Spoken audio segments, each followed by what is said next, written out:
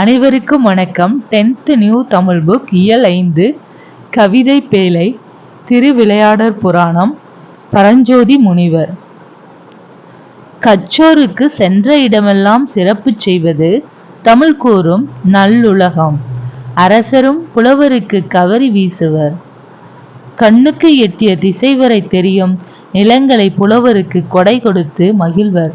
இறைவனும் அறிவை போற்றுபவன், அறிவாய் நிற்பவன், அறிவில் சிறந்த புலவருக்காக தூது சென்றவன், புலவரது அறிவு பெருமையை உணர்த்துபவன்.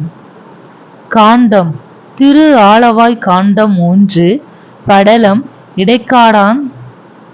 இடைக்காடன் பிணக்கு தீர்த்த படலம் 56.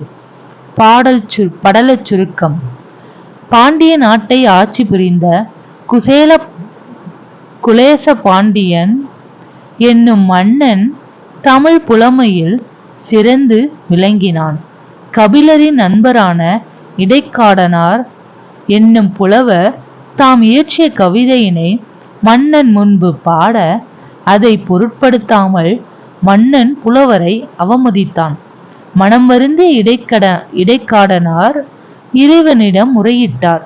மன்னனின் பிழையை உணர்த்துவதற்காக இறைவன் கடம்பவன கோவிலை விட்டு நீங்கி வட திரு ஆலவாயில் சென்று தங்கினார். இறைவன் எங்கிருந்து வராரு? கடம்பவன கோவில விட்டு நீங்கி வட திரு ஆலவாயில் சென்று தங்கினார். இதை அறிந்த மன்னன் தன் பிழையை பொறுத்தருளுமாறு இறைவனை வேண்டி இடைக்காடனாருக்கு சிறப்பு செய்தான். இறைவனும் கோவிலுக்கு திரும்பினார். இடைக்காடனார் மன்னனின் அவையில் கவிதை படித்தல். கலிந்த பெரும் கேள்வியினான் என கேட்டு முழுது உணர்ந்த கபிலன் தன்பால் பொழிந்த பெரும் காதல் மிகு கேண்மையினான் இடைக்காட்டு புலவன் தென் சொல் மொழிந்து அரசன் தனை காண்டும் என தொடுத்த பணுவலோடு மூறி தீந்தேன் வழிந்து ஒழுகு தாரனை கண்டு தொடுத்து உரைப்பணுவல் வாசித்தான் ஆள். 2615. சொல்லும் பொருளும். கேள்வியினான் நூல்வல்லான், கேண்மையினான் நட்பினன். மன்னன் தன் புலமையை மதிக்காமை குறித்து இறைவனிடம் முறையிடல். சந்நிதியில் வீழ்ந்து எழுந்து தமிழறியும் பெருமானே, தன்னை சார்ந்தோர் நல்நிதியே, திரு ஆலவாயுடைய நாயகனே, நகுதார் வேம்பன் பொன்னிதி போல் அளவு இறந்த கல்வியும் மிக்கு உளன் என்று புகழ கேட்டு சொல் நிறையும் கவி தொடுத்தேன். அவமதித்தான் சிறிது முடி துலக்கான் ஆகி. 2617. சொல்லும் பொருளும். தார் மாலை, முடி தலை. என்னை இகழ்ந்தனோ சொல்வடிவாய் நின்னிடம் பிரியா இமை பாவை தன்னையும் சொல் பொருளான உன்னையுமே இகழ்ந்தனன் என் தனக்கு யாது என்னா முன்னை மொழிந்து இடைக்காடன் தனியாத முனிவு ஈர்ப்பு முந்திச் சென்றான். அன்ன உரை திருச்செவியின் ஊறுபாடு என உரைப்ப அருளின் மூர்த்தி. 2619. சொல்லும் பொருளும். முனிவு சினம். இறைவன் கோவிலை விட்டு நீங்குதல். போன இடைக்காடனுக்கும் கபிலனுக்கும் அகத்துவகை பொழியும் ஆற்றான் ஞானமயமாகிய தன் இலிங்கவுரு மறைத்து உமையாம் தங்கையோடும் வானவர்த்தம் பிரானெழுந்து புறம்போய் தன் கோவிலின் நேர்வடபால் வையை ஆனநதி தென்பாலோர் ஆலயங்கண்டு அங்கு இனிதின் அமர்ந்தான் மன்னோ. 2620. சொல்லும் பொருளும். அகத்து உவகை மனமகிழ்ச்சி. கோவிலை விட்டு நீங்கிய காரணம் அறியாது மன்னன் இறைவனை வேண்டுதல். அல்லதை என் தமரால் என் பகைஞரால் கல்வரால் அறிய காணத்து எல்லை விலங்கு ஆதிகளால் இடையூறு என் தமிழ்நாட்டில் எய்திச்சாலோ தொல்லை மறையவர் ஒழுக்கம் குன்றினரோ தவம் தருமம் சுருங்கிச்சாலோ இல்லறனமும் துறவரனும் பிழைத்தனவோயாம் பிழைத்தனவோ யான் அறியேன். எந்தாய் எந்தாய். 2629. சொல்லும் பொருளும் தமர் உறவினர். இறைவனின் பதில். ஓங்கு தன் பனைசூழ் நீப வனத்தை நீத்து ஒருபோதேனும் நீங்குவம் அல்லேம் கண்டாய். ஆயினும் நீயும் வேறு தீங்கு உலை அல்லை. காடன் செய்யுளை இகழ்ந்தாலே ஆங்கு அவன் இடத்தில் யாம் வைத்த அருளினால் வந்தேம் என்னா. 2637. சொல்லும் பொருளும் நீபவனம் கடம்பவனம். மன்னன் தன் பிழையை பொறுத்து அருளுமாறு இறைவனிடம் வேண்டுதல். பெண்ணினை பாகம் கொண்ட பெருந்தகை பரமயோகி விண்ணிடை மொழிந்த மாற்றம் மீனவன் கேட்டு வானோர் புண்ணிய சிறியோர் குற்றம் பொறுப்பது பெருமையன்றோ. எண்ணிய பெரியோர்க்கு எண்ணா ஏத்தினான் இறைஞ்சினானே. சொல்லும் பொருளும் மீனவன் பாண்டிய மன்னன். மன்னன் புலவருக்கு மரியாதை செய்தல்.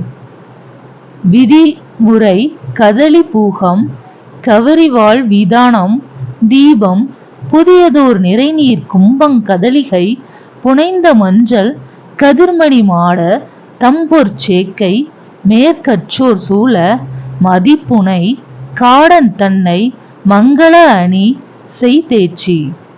சொல்லும் பொருளும் கவரி சாமரை கவரிமாவின் முடிவில் செய்த விசிறியாகிய அரச சின்னம். மன்னன் புலவரிடம் மன்னிப்பை வேண்டுதல். புண்ணிய புலவீர் யான் இப்போழ்ந்து இடைக்காடனார்க்கு பண்ணிய குற்றம் எல்லாம் பொறுக்க என பரவி தாழ்ந்தான். நுண்ணிய கேள்வியோரும் மன்னனி நுவன்ற செல்லாம் தண்ணிய அமுதால் எங்கள் கோபத்தின் தணிந்தது என்னா. சொல்லும் பொருளும் நுவன்ற சொல்லிய என்னா அசைச்சொல். பாடலின் பொருள். முதல் பாட்டுக்கு குலேச பாண்டியன் என்னும் பாண்டிய மன்னன் மிகுந்த கல்வியறிவு மிக்கவன் என கற்றோர் கூற கேட்டார். இடைக்காடனார் என்னும் புலவர் கலைகளை முழுவதும் உணர்ந்த நண்பர். கபிலனின் மேல் அன்பு கொண்ட அப்புலவர் மிகவும் இனிய தேனொழுகும் வேப்ப மாலையினை அணிந்த பாண்டியனின் அவைக்கு சென்று தான் இயற்றிய கவிதையை படித்தார். இடைக்காடனார் இறைவன் திருமுன் விழுந்து வணங்கி எழுந்து தமிழறியும் பெருமானே அடியார்க்கு நல்நிதி போன்றவனே திரு ஆலவாயில் உறையும் இறைவனே அழகிய வேப்பமலர் மாலையை அணிந்த பாண்டியன் பொருட்செல்வத்தோடு கல்வி செல்வமும் மிக உடையவன் என கூற கேட்டு அவன் முன் சொற்சுவை நிரம்பிய கவிதை பாடினேன். அவனோ சிறிதேனும் சுவைத்து தலையசைக்காமல் புலமையை அவமதித்தான் என்றார். இடைக்காடனார் இறைவனிடம் பாண்டியன் என்னை இகழவில்லை. சொல்லின் வடிவாக உன் இடப்புறம் வீற்றிருக்கும் பார்வதி தேவியையும் சொல்லின் பொருளாக விளங்கும் உன்னையுமே அவமதித்தான். சொல்லின் வடிவமாக இடப்புறத்துல இருக்கிறது பார்வதி தேவியும் சொல்லின் பொருள் வடிவம் பார்வதி சொல்லின் பொருளாகிய உன்னையே அவமதித்தான் என்று சினத்துடனும் கூறி சென்றார். அவரது சொல் வேற்படை போல் இறைவனின் திருச்செவியில் சென்று தைத்தது. அக்கோவிலை விட்டு வெளியேறிய இடைக்காடனாருக்கும் அவர் நண்பராகிய கபிலருக்கும் மனமகிழ்ச்சி உண்டாக்க நினைத்தார் இறைவன். ஞானமயமாகிய தம்முடைய லிங்க வடிவத்தை மறைத்து உமாதேவியோரோடும் திருக்கோவிலை விட்டு வெளியேறி நேர் வடக்கே வையை ஆற்றின் தென்பக்கத்தே ஒரு திருக்கோவிலை ஆக்கி அங்கு சென்று இருந்தார். இறைவனே, என்னால் என் படைகளால் என் பகைவரால் கல்வரால் காட்டில் உள்ள விலங்குகளால் இத்தமிழ்நாட்டில் தங்களுக்கு இடையூறு ஏற்பட்டதா? மறையவர் நல் ஒழுக்கத்தில் குறைந்தனரோ? தவமும் தருமமும் சுருங்கியதோ? இல்லறமும் துறவரமும் தத்தம் நெறியில் இருந்து தவறியனவோ? எமது தந்தையே யான் அறியேன் என்று வேண்டினான் பாண்டிய மன்னன். இறைவன் மன்னனிடம் சிறந்த குளிர்ந்த வயல்கள் சூழ்ந்த கடம்பவனத்தை விட்டு ஒருபோதும் நீங்க மாட்டோம். இடைக்காடனார் பாடலை இகழ்ந்த குற்றம் தவிர வேறு குற்றம் உன்னிடம் இல்லை. இடைக்காடனார் மீது கொண்ட அன்பினால் இவ்வாறு இங்கு வந்தோம் என்றார். வானிலிருந்து ஒலித்த இறைவனின் சொற்கேட்டு பாண்டிய மன்னன் உமையை ஒரு பாகத்திற் கொண்ட மேலான பரம்பொருளே, புண்ணியனே, சிறியவர்களின் குற்றம் பொறுப்பது பெரியவருக்கு பெருமையல்லவா என்று தன் குற்றத்தை பொறுக்க வேண்டி போற்றினான். மன்னனது மாளிகை வாளையும் கமுகும் சாமரையும் வெண்ணிற வேல் விதானமும் விளக்கும் உடையது. அன்றளர்ந்த மலர்களால் தொடுத்த மாலை, பூரண கும்பம், கொடி ஆகியவற்றால் ஒப்பனை செய்யப்பட்டது. போற்றத்தக்க ஒளியுடைய மணிகள் பதிக்க பெற்றது. அங்குள்ள புலவர்கள் சூழ அறிவை அணிகலனாக பூண்ட இடைக்காடனாரை மங்களமாக ஒப்பனை செய்து பொன் இருக்கையில் விதிப்படி அமர்த்தினான். பாண்டியன், புண்ணிய வடிவமான புலவர்களே, நான் இடைக்காடனாருக்கு செய்த குற்றத்தை பொறுத்து கொள்ள வேண்டும் என்று பணிந்து வணங்கினான். நுண்ணிய கேள்வியறிவுடைய புலவர்களும், மன்னா, நீ கூறிய அமுதம் போன்ற குளிர்ந்த சொல்லால் எங்கள் சினமான தீ தணிந்தது என்றனர். இலக்கண குறிப்பு: கேள்வியினான் வினையாளனையும் பெயர். காடனுக்கும் கபிலனுக்கும் என்னும்மை. பகுபத உறுப்பிலக்கணம். தணிந்தது தனி கூட்டல் இத்து பிராக்கெட் இந்து, இத்து கூட்டல் அ கூட்டல் தூ. தனி பகுதி இத்து சந்தி, இந்தானது விகாரம், இறந்த கால இடைநிலை, அ சாரியை, தூ படற்கை, வினைமுற்று விகுதி. சொல்லேர் உழவனுக்கு கவரி வீசிய வில்லேர் உழவன். ஏடாலும் புலவரொருவர் நாடாளும் மன்னரை காண அரண்மனை சென்றார். களைப்பு மிகுதியால் முரசு கட்டிலில் கண் அயர்ந்தார். அரச குற்றமான அச்செயலை செய்த புலவருக்கு தண்டனை வழங்காமல் கவரி வீசினார் மன்னர். உறங்கிய புலவர் மோசி கீரனார். கவரி வீசிய மன்னர் தகடூர் எறிந்த பெருஞ்சேரல் இரும்பொறை. கண்விழித்த புலவர் மன்னரின் செயலை கண்டு வியந்து பாமலை பொழிந்தார். அப்பாடல் இதோ. மாசற விசித்த வார்புரு வல்பின். புறம் 50. நூல்வெளி: திருவிளையாடற் கதைகள் சிலப்பதிகாரம் முதற்கொண்டு கூறப்பட்டு வந்தாலும் பரஞ்சோதி முனிவர் இயற்றிய திருவிளையாடற் புராணமே விரிவும் சிறப்பும் கொண்டது. இந்நூல் மதுரை காண்டம், கூடற் காண்டம், திருவாளவாய் காண்டம் என்ற 3 காண்டங்களும் 64 படலங்களும் உடையது. பரஞ்சோதி முனிவர் திருமறை காட்டில் வேதாரண்யத்தில் பிறந்தவர். 17ஆம் நூற்றாண்டை சேர்ந்தவர். சிவபக்தி மிக்கவர்.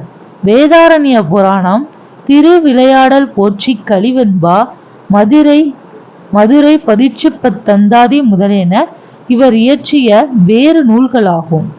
வேதாரண்ய புராணம், திருவிளையாடல் போற்றி கலிவெண்பா, மதுரை பதிற்றுப்பத்தந்தாதி. இவருடைய காலம் 17ஆம் நூற்றாண்டு. நன்றி.